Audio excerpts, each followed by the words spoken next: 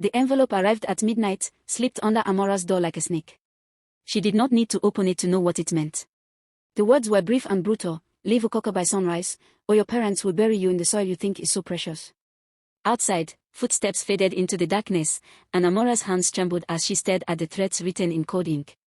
She had discovered something in this forgotten village, something that powerful people would kill to keep hidden.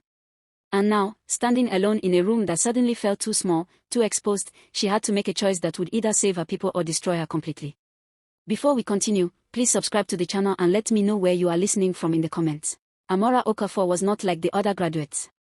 While they spent their final year chasing connections and calling uncles in high places to secure choice NYSC postings, Amora spent her nights in the geology lab, running soil samples and dreaming of discoveries that could change lives.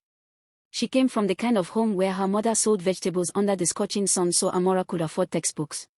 Where her father's back bent lower each year from carrying bags of cement on construction sites. They had poured everything into her education, believing that knowledge was the only inheritance that could never be stolen. So when the NYSC posting results came out that Tuesday afternoon, Amora had prayed for just one thing: an opportunity to make them proud. She did not need Lagos. She did not need Abuja. She just needed a chance to serve, to use her geology degree for something meaningful. But fate, it seemed, had a cruel sense of humor. Ukaka village. Her classmate Chioma's voice cut through the celebration like a knife. Amora, you got posted to where? The laughter started small, then spread like wildfire through the crowd gathering around her. Village posting. Oh, Amora, sorry. Oh, another voice called out, dripping with fake sympathy. That is what happens when you do not know anybody, someone else added. No uncle in Abuja, no auntie in the ministry. Just prayer and hard work. The mockery in those words stung more than any slap. Amora felt her chest tighten, but she kept her face calm. She had learned early in life that tears were a luxury poor people could not afford in public. She folded her letter carefully and slipped it into her bag. Maybe it is not so bad, she said quietly, more to herself than to them. Maybe there is a reason. Reason? Chioma laughed so hard she had to hold her stomach. The reason is that you are forming too righteous to go and see one of the big boys in school. Maybe they could connect you like the rest of people like you. Now see where righteousness has landed you. In the middle of nowhere. Then came the voice that broke something inside Amora's chest. I told you, Amora. I told you all these principles will bring you nothing good. Sandra. Amora turned slowly to face her best friend. The girl she had shared her last 500 naira with when Sandra's mother was sick. The girl who slept in Amora's hostel bed when her rent expired. The girl who promised they would succeed together, no matter what. Sandra stood there in the center of the crowd, holding up her own posting letter like a trophy. Look, Lagos. Corporate headquarters area. That is where people with sense get posted. She turned to the others, performing now, feeding off their laughter. Me, I was not going to suffer because of pride. My uncle made some calls, sorted some things out. Amora, you two can still manage if you cooperate. Maybe he can change it for you. The crowd roared with laughter. Someone started a mock funeral song. Amora is going to the village, eh? No light, no water, no life. But it was Sandra's eyes that Amora could not look away from. There was something ugly in them now, something that had perhaps always been there, hiding behind their years of friendship. Jealousy. Resentment. The kind that festers when one friend refuses to bend while the other compromises everything. Sandra, Amora whispered, her voice barely audible above the noise. Why are you doing this? Sandra shrugged, her smile sharp and cold. Doing what? Telling the truth. We are not in the same level anymore, babe. I am going to Lagos. You are going to teach under mango trees. That is just reality. She pulled out her phone and took a video of Amora standing there, surrounded by mocking faces.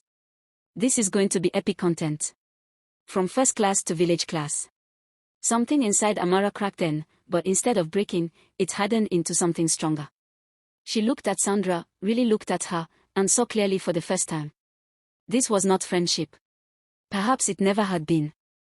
You are right, Amora said softly, straightening her shoulders. We are not on the same level. We never were. She picked up her bag and walked through the crowd.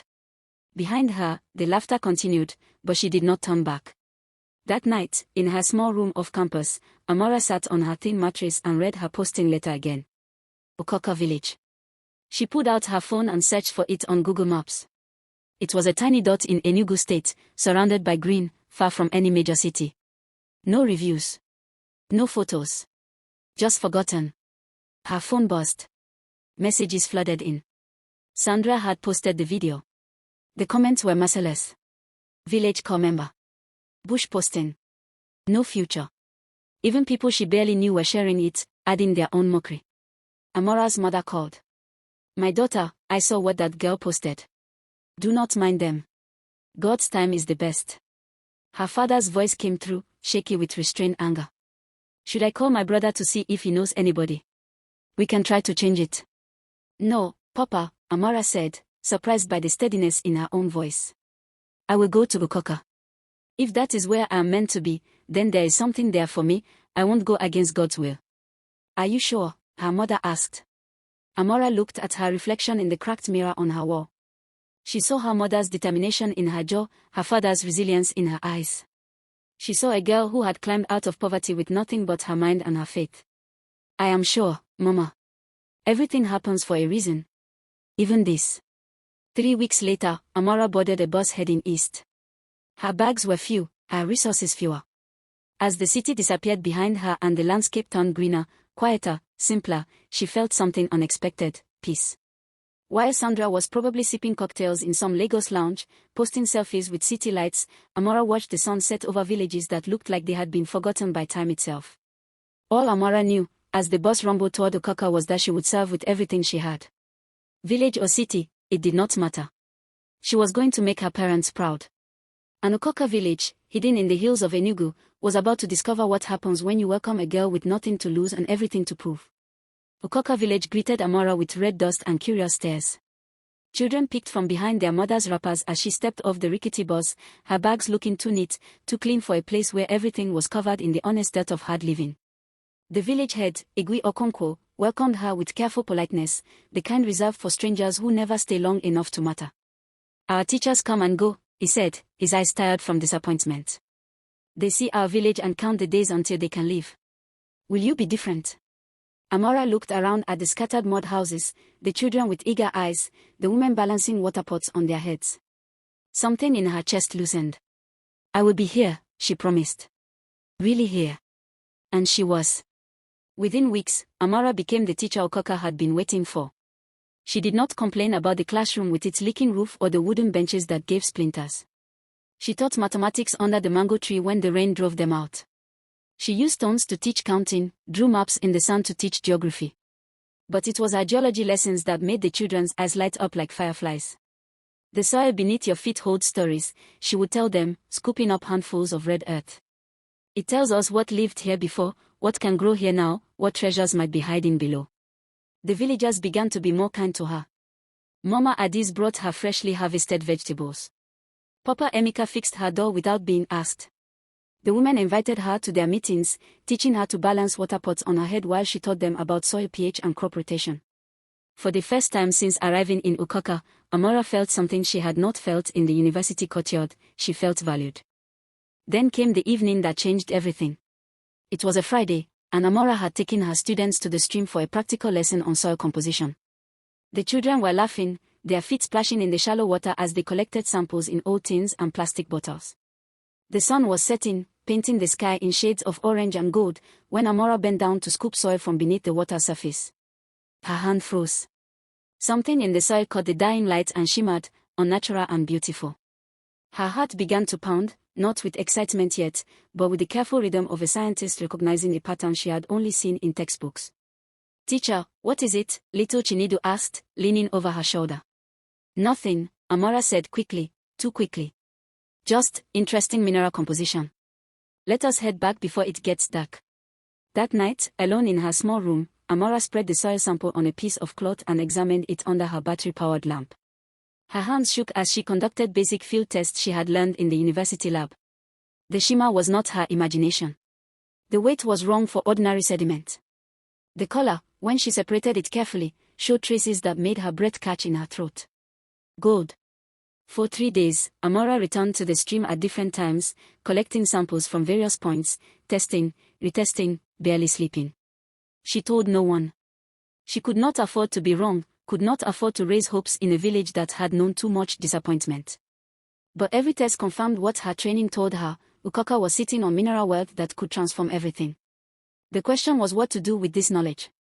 She could have called Sandra, could have posted it online, could have become an instant sensation. But Amora had learned something in Ukaka. She had learned that some treasures do not belong to those who find them, but to those who have been walking over them their whole lives, too poor to look down. She went to Egui Okonkwo. The chief's compound was quiet when she arrived, her samples carefully wrapped in cloth. The council of elders was gathered under the large Iroko tree, settling a land dispute. When they saw Amora's face, serious and urgent, they fell silent. Egui, she said, kneeling in respect. I need to show you something. When she unwrapped the soil samples and explained what she had found, the old men leaned forward, disbelief and hope warring on their weathered faces. Egui Okonkwo picked up a sample with trembling fingers. Are you certain, my daughter? As certain as I can be without professional equipment. But yes, Egui. I believe Ukaka has gold. Possibly more. The silence that followed was heavy with possibility. Then, like sunrise breaking over darkness, joy erupted. The elders embraced each other, tears streaming down faces that had known only hardship. Within hours, the entire village knew. Drums beat through the night. Women danced. Men who had left for the cities called home, hearing in their relatives' voices something they had never heard before: hope. But hope, Amora soon learned, was a double-edged sword. Within a week, strangers arrived in Ukaka. Men in expensive suits who smiled too widely and spoke too smoothly.